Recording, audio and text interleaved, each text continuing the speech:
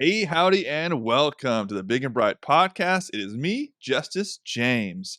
We have been gone quite a long time, a lot of snafus, a lot of different issues that you don't really care about, so I'm not going to go into it. But I do have to start out at the front of this podcast episode that the Rangers did win. Woohoo! The Texas Rangers won. Finally, as my colleague Nick would say, the Astros and the Rangers now both have a legitimate World Series win because we don't count the one that the trash can helped win.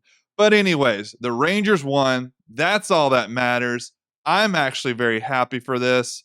My wife was not, but she still supported Texas in the end, so got to give her credit there. That's what I want to start out with. Now, let's actually go to Texas news. The biggest point, which seems to be just the biggest thorn in someone's paw, is Senate Bill 4. If you didn't know, we're in our fourth special legislative session. It's annoying. I'm not a huge fan of it. I get there's some reasons for it. And even though this bill, which eventually I'll go over, is, in my opinion, a little good, it's still annoying that we had to take 4 special sessions to get here. But anyways, can't undo the past. Let's go with what we have now. So, Senate Bill 4, this actually allows state police officers and state officials and local judges and state judges to enforce federal immigration laws. It allows deportation and in some acts allows prosecution. Now, this would actually be make it a crime for someone entering our state illegally. They call them migrants, illegal immigrants. Don't worry, you'll have the description. In the description, you'll have the articles. It would allow up to 2 years in prison just for entering this great state. Now, I think that's too low, but again, they don't come to me for the answers. Yes, again, it will cost us money to send them in prison, but let's think about it. How much is it really costing us to ship them somewhere else to be a dole just on the government's money? A lot more. So, prison it is. And we can guarantee where they're going to be. Because if you didn't know, whenever they come in, they get shipped out somewhere else, either by us or by President Biden. And they promise, pinky swear, they're going to show up to the next court date. Shocker. They do not. Anyways, this would not actually be needed if President Biden actually would enforce his current federal laws. But who are we to ask such a huge stakes from a person who put his hand on the Bible and swore he'd uphold the Constitution? That's a lot to ask. So we're not going to ask that anymore. We're just going to go ahead and start enforcing the laws ourselves because you kind of forced our hand. Thanks, President Biden. So also let's side note, because I have a note here on my little note sheet here because there's a lot of information here. If you didn't know, President Biden actually ships these people all around the country himself. He just doesn't advertise it like our governor does about where he's shipping them. And of course, he sends them to places that no one will care about, mostly Republican states. We ship them to the Democrat states, to Democrat areas. That's the whining.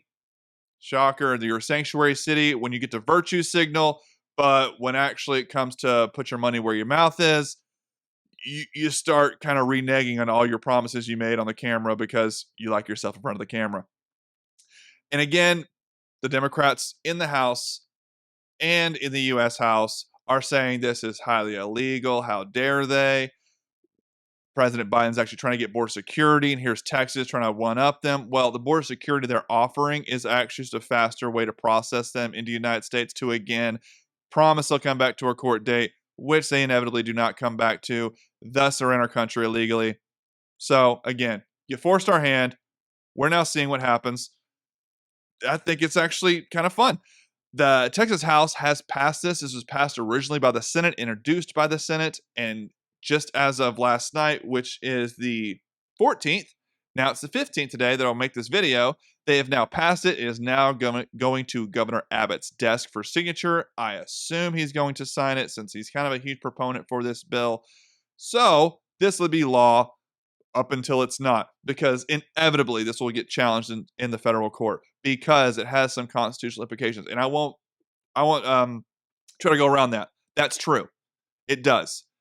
but I think it skirts just below actually not abiding by sovereign law, because federal law is a sovereign and a state cannot make a law that butts against the federal law whenever the federal law has absolute authority to enact it or pass it, whatever it may be. So it will go up there.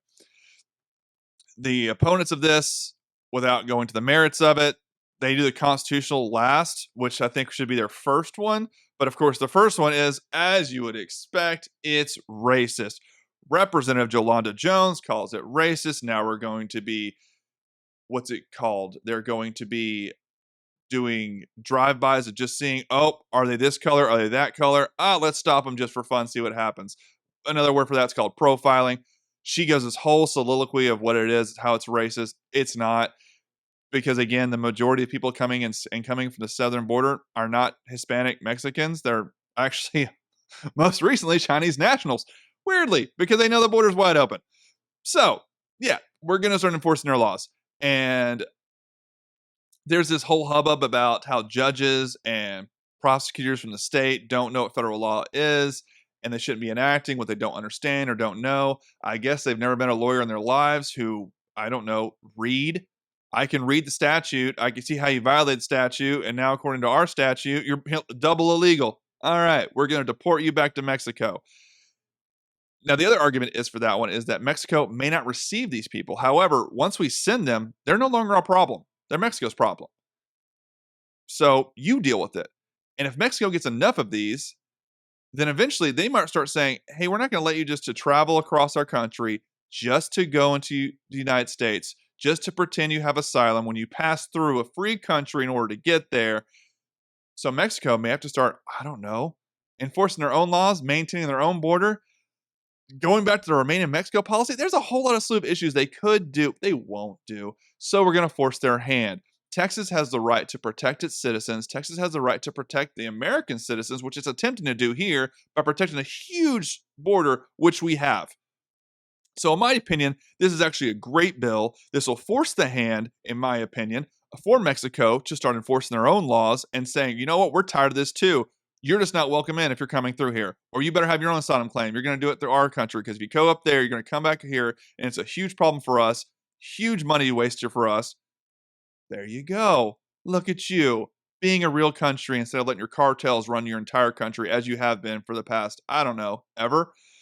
So the Texas Republicans are doing exactly what they can do to try to stop this just slew of people coming, because President Biden will not actually enforce the laws. He won't let the border agencies actually do their own jobs. And when they do their jobs, they just process them in. They go into their cages, which President Biden helped build, which of course somehow faulted on Trump, which AOC went down there and cried about, but hasn't done it since then. Yeah, a lot of issues there. So this bill, I think, is a good bill. I'm glad it passed. I'm sad it had to take 4 legislative sessions to do it, but those are the breaks. That's just how the cookie crumbles. Sadly, here we are. So hopefully this will be a great thing that we can go forward with. We can start enforcing even more laws, and I hope it actually passes constitutional muster, because I believe it will, with the arguments that the people who wrote it have put in place. It will be fun to see how this goes. Now, the next thing on my docket here is the propositions, otherwise known as constitutional amendments, which we just voted on in early November. All right, if you didn't know, which you should have, because it's our own constitution that we're voting on. How come only 1/3 or a little over 1/3 voted? What's wrong with you? Do your job. Vote. Local elections matter. Yes, the national elections are sexy. They're fun. You get a lot more play on that. Nobody is really affected by that in the state of Texas until a long time of trickle down. No, the real ones are our own constitution. Vote. Why didn't you vote? Whatever. The most notable propositions that we have are Proposition 12 and 13. The rest of them passed. 13 did not. I'll get to that. But here's what Proposition 12 was. It was about getting rid of the office of county treasurer to Galveston County. Now, you may think, what the heck are you doing, Austin? Why do you get to dictate what another county gets to do? That seems a little unfair. Calm your brakes. Calm yourself. Breathe in, breathe out. It was actually the treasurer whose name is Hank Dougie of Galveston that actually was a huge advocate for this proposition. He stated, and I'll share the article in the description, that the office gathered in a little over $500,000 per year. There was no reason for that kind of money. Galveston does not have that many projects. It's pretty simple what their projects are. Make sure our levees are good. Make sure the island stays built up to avoid the waves that are coming in. That's about it. And maintain that bridge that it takes to, you still have to pay $3 to get across to go over there, but whatever. That's another story for another day. So he was a huge advocate to get rid of this job. He actually ran for the position for the sole purpose of getting rid of the job, to advocate for the legislator to get rid of it. And he succeeded. And don't worry, the government workers that are actually there in that office have been absorbed or are being absorbed into other parts of the county, because he believes, and he's actually has the stats to prove it, that other parts of the county with other offices that already exist can handle all these projects. It is basically a small bullet point and a massive sheet that goes on. Nothing really is needed to have a sole office just for this one job. So he hasn't even taken a salary from the state. He's purposely advocated to get rid of his job. I think this is a notable guy. He did not want to be a bureaucrat. He did not want to be a politician that stays there just for the sole of power. He went in there for the right reasons, to get the job, to get rid of the job. So kudos to Mr. Doogie. So I'm happy this got voted in. It was passed overwhelmingly. So now in 2024, Mr. Doogie will not have a job. There will no longer be an office there. And it's likely Galveston County will still proceed to do exactly what they're doing already and still be a successful little island, which I love to visit. It's a fun place to go. If you haven't gone, go. Don't hear the junk about it. It's a very nice place to go for vacation or whatever you want to do. Now, the last thing I have here is Proposition 13. What is wrong with you? Why would you vote this down? I have my theory of why, and I'll get to it. Again, just over 1/3. What's wrong with you? This is your actual amendment for your own constitution, but whatever. This is an overwhelmingly no, because it failed 63% to 37%, so it wasn't even close. And the reason I think this failed, sorry, let me give some background. What this one actually did, I should have given this in the forefront. The reason what this is about, was raising the age of Texas judges from 79 from 75. Currently, if you're 75 and above, or if you're 75 and a half, 76, you cannot run or be in office as a judge in Texas. This would have raised it to age 79. Now, what I think actually happened was that President Biden screwed this up. You see someone doddering around, having issues, dealing with a teleprompter, not able to stay with it for 5 minutes to do a speech, and then wandering around of where he's going to go after the speech. He's already forgotten where stage left or stage right is, and where your exit is. You see that, you're like, I don't want that as a judge, because they have no idea what they're doing. In the law world, which is what I'm in, you see quite a few judges who are much younger, who don't know the law and don't know what they're doing. When it comes to older guys, they're typically more with it. There's a lot more who are sharp later in age. That's why they're still practicing law. That's why they're still getting clients. Judges are no, just forget that. What shouldn't happen is an age limit. I don't like age limits. If the voters want to vote you in, you should be able to be voted in. That's how it works. If you're dumb and stupid, then you shouldn't be in there. Guess what? The voters have the power to not vote that person in. That's how we operate in our great nation/state of Texas. So everyone is different. There's a magic age group, but again, everyone's different. Everyone starts going through possible senility or possible memory loss at different stages of life. Some, sadly, it's earlier than age 70. Some, it's around age 85, 90, if you make it that long. Let's be real. That chicken fried steak's too good. I don't really care how long I live, as long as I keep getting that chicken fried steak. So it should have been passed, because this should not be an age limit. This, I think, was going to be a beginning start of just raising the age limit to eventually go away, but it didn't. It's now still stuck at 75. Sadly, I think it's a loss for Texas. I think there's a lot of people. I have a boss that I work for who's still sharp, and he's almost 80. and he can whip anybody's butt when it comes to legalese and just a recall of the law. But who am I?